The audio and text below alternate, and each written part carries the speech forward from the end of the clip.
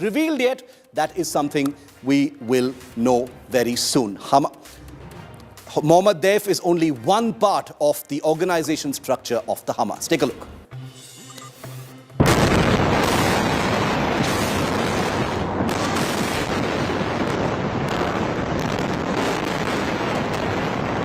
Israel's biggest ever offensive against Hamas terrorists. After the bloodiest terror attacks on its soil, Israel is baying for revenge. With never before seen scale of attacks inside Gaza.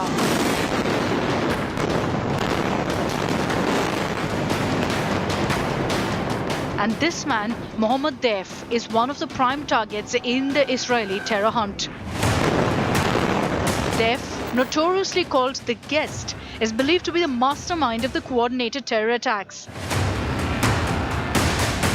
And also head of the infamous Al-Qassam rocket brigade. On Wednesday, Israel jets bombed the Hamas military chief's home in Gaza, killing several of his family members, including his brother. But there's no news on Deif, the shadowy figure and most wanted man now in Israel. Sources say it was in May 2021, after an Israeli raid on Al-Aqsa Mosque, that Deif began planning the terror strike. Committed to an armed resistance against Israel, Deif has quickly risen to prominence within Hamas's military unit, the Al-Qassam brigades. Deif has survived at least 4 Israeli assassination attempts, while losing an eye and multiple limbs. Can Israel smoke Deif out, or will he survive to plot another blow for Israel? Bureau Report, India Today. Amidst the ruins of Gaza, bombed relentlessly by a grimly galvanized Israel, lie the bodies of hundreds of Palestinians, perhaps several Hamas terrorists as well. But you're probably wondering where the Hamas leadership is. Who's the boss? Who's the Malik of this madness? Who called the shots? Are they in Gaza, shoulder to shoulder with the citizens of Palestine, paying the price for the terrorist attack? Or are they sitting pretty somewhere else? Take, for instance, the chairman of Hamas, Ismail Haniyeh. That's the man you see on your screen. He's the big kahuna. The buck stops with him. He's the Lord Almighty of Hamas. It is ultimately from him that fearsome radicalization flows to the military wing of Hamas, which carried out the October 7th attack. Take a look at these pictures. Except, as you can see from these images, he isn't in Gaza at all, because he lives in Qatar. Aligned with the Arab Islamic world as policy, Qatar has officially held Israel solely responsible for the Hamas attack, which is well known. But unlike other Arab states, Qatar has gone a step further by providing a VVIP safe haven to a group that now has the blood of babies and children among 1,200 civilian deaths and counting. Unlike other Arab states, Qatar has converted its open arms for Islamist terrorist organizations like the Hamas into a profitable foreign policy strategy.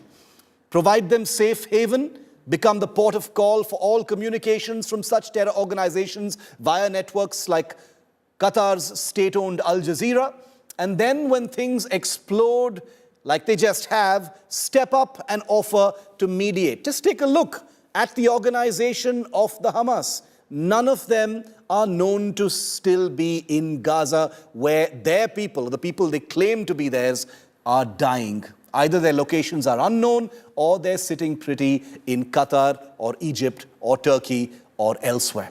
Well, in the wake of the horrific Hamas killings, Qatar has said it is in touch with the Hamas leadership, which wouldn't take much given that the Hamas chairman is reportedly living in a VVIP hotel penthouse in Doha, Qatar's capital.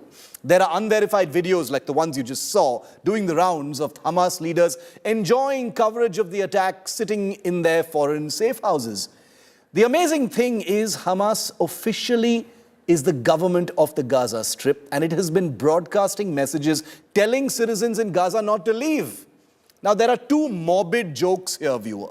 One, even if the people of Gaza wanted to leave, where would they go? Gaza is completely under siege, like I just showed you, from all sides. Should they jump into the sea and drown?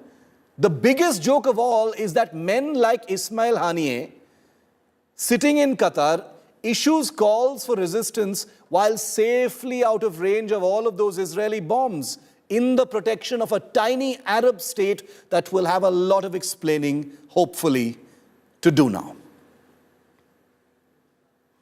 Qatar is only one country, but I want to show you where things stand as far as other countries are concerned, because the Israel-Palestine crisis has completely divided the world. Take a look at the countries backing Israel at this point of time. India, of course, firmly with Israel, even though it has an independent policy of support for both sides, but not for Hamas in this way. The US, UK, France, Australia, Germany, UAE, Norway, and Canada. These are the countries that are firmly supporting Israel. Those backing Palestine, and especially the Hamas terrorists, by not condemning them: Qatar, which houses, like I just showed you, the Hamas chairman; Lebanon; Pakistan; Kuwait; Afghanistan; Yemen; Iran; and Saudi Arabia. The world divided entirely down the middle.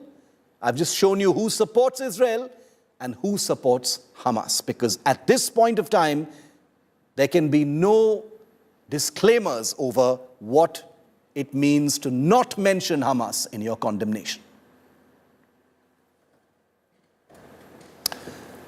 Another big question that comes up, and it certainly has come up in your mind over the last few days, viewer, is: does India consider Hamas a terrorist group?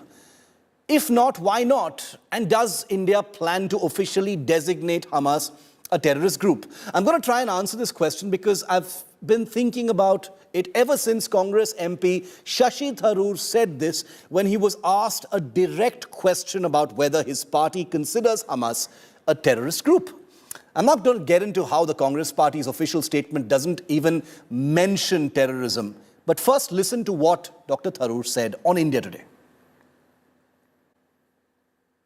These are terrorist acts. There's never any excuse for terrorism. India must condemn it unreservedly, and I agree with the government that they condemned it and they stood with the victims of terror. The terrorist organization label is one we're very careful not to follow other countries' leads in these matters. The US considers Hamas a terrorist organization, so does Israel. India has not made any such classification, and I'm going to stick to the Indian position that these are terrorist acts. But to call everybody in Hamas, there are political elements of Hamas who one day we may have to negotiate with, or the Israelis may have to negotiate with. So let me just say these are terrorist acts. There's never any excuse for terrorism. India must condemn it unreservedly, and I agree with the government that they condemned it and they stood with the victims of terror. Shashi Tharoor is technically correct. Hamas is not on India's list of 42 proscribed terrorist organizations. So now you're wondering, why not? This goes to the heart of India's foreign policy, viewer, which not only recognizes the state of Palestine, but calls for a peaceful two-state solution to the decades-long crisis. Pursuant to India's policy, Hamas, as the ruling organization in the Gaza Strip, has been technically seen thus far as part of the Palestinian political apparatus and not as a terror group. The question now is, should India, in light of what has just taken place in Israel, designate Hamas as a terrorist group, in line with its unambiguous statements issued by the Indian Prime Minister? So far, let me remind you, the only statements that carry no ifs or buts. As India mounts a campaign to expose the hypocrisy of foreign governments that treat India-proscribed terrorists as mere citizens, can India continue to view Hamas as just a political group? It's complicated, but let me go a little deeper because there are many gray areas here, viewer. Hamas is officially tagged a terrorist group only by Israel, the US, UK, EU, Australia, Japan, and Paraguay, which is in South America. Most of these countries have done so either because they have large and influential Jewish populations and close ties with Israel. Whatever their reasons, they stand astonishingly vindicated today, don't they? So when the Congress party in India chooses not to mention Hamas or terror in its statement, it poses a dilemma for a country like India. Thousands of Israeli citizens holiday in India after their compulsory military service. The India-Israel relationship has blossomed in the last 2 decades into a close partnership tied together by high-tech trade, military exchanges, and personal bonhomie between leaders like Modi and Netanyahu. So should India take this friendship a step further by designating Hamas a terrorist group? India can well argue that it doesn't have a bone in this fight and doesn't contribute anything other than symbolically by banning Hamas. It is far away from this crisis and engages, let's face it, both Israel and Palestine. But all of this boils down to one final point.